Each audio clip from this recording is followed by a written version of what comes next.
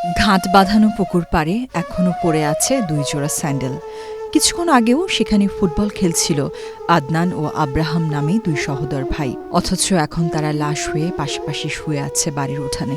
হৃদয় বিদারক এই ঘটনায় শোকের ছায়া নেমে এসেছে পুরো এলাকায়। নারায়ণগঞ্জে সোনারগাঁয়ে ফুটবল খেলতে গিয়ে পুকুরে ডুবে 2 ভাইয়ের মর্মান্তিক মৃত্যু হয়েছে। শুক্রবার সকাল 11টার দিকে উপজেলার কাঁচপুর রায়েরটেক এলাকায় এ ঘটনা ঘটে।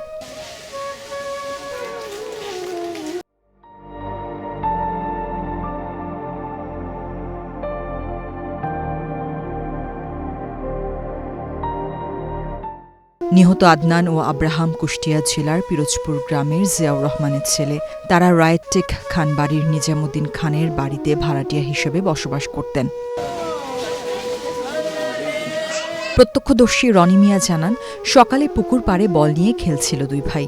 এক পর্যায়ে বলটি পুকুরে পড়ে গেলে সেটি তুলতে গিয়ে তারা পানিতে নামে। এরপর দীর্ঘ সময় তাদের আর দেখা যায়নি। পরে এক নারীর কান্নাকাটি শুনে স্থানীয়রা পুকুরে নেমে খোঁজাখুঁজি শুরু করেন।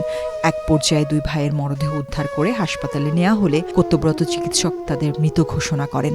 ওই জায়গায় আমরা বসে আসছিলাম 2 থেকে 3 জন। পরে যে পোলা পানিগুলো এই জায়গায় আসছিল, ধরে 2 ভাই। ওরা আসার পরে দেখি নিমেষে উদাও আর কি।